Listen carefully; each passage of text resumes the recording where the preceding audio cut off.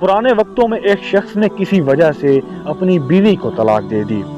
लोग इसके पास आए और पूछा कि तलाक क्यों दी है।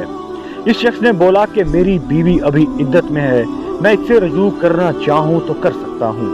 मैं इसके ऐब बयान करूँगा तो मैं इससे रजू किस मुंह से करूँगा। लोग चले गए, इद्दत भी खत्म हो गई, लेकिन इस शख्स ने रजू नहीं किया। लोग फिर इसके पास आए और तलाक की वजह पूछी तो इसने कहा कि अगर अब मैं इसके ऐब बयान करूँगा तो इसकी शख्सियत को मस्ख करने के मुतरादिफ होगा और इसकी शादी कहीं और नहीं हो पाएगी। लोग फिर चले गए। इस औरत की शादी किसी और से हो गई।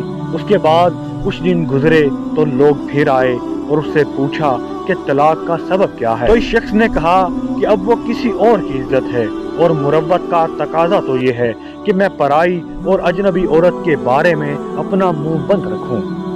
नाज़रीन मोहतरम, ये बहुत बड़ी बात है। अगर आप किसी के ऐब पर पर्दा डालते हैं तो अल्लाह ताला आपके भी ऐबों पर पर्दा फरमाता है। वासिफ साहब कहते हैं कि जब किसी को छोड़ दो तो उसे कभी रुस्वा मत करो।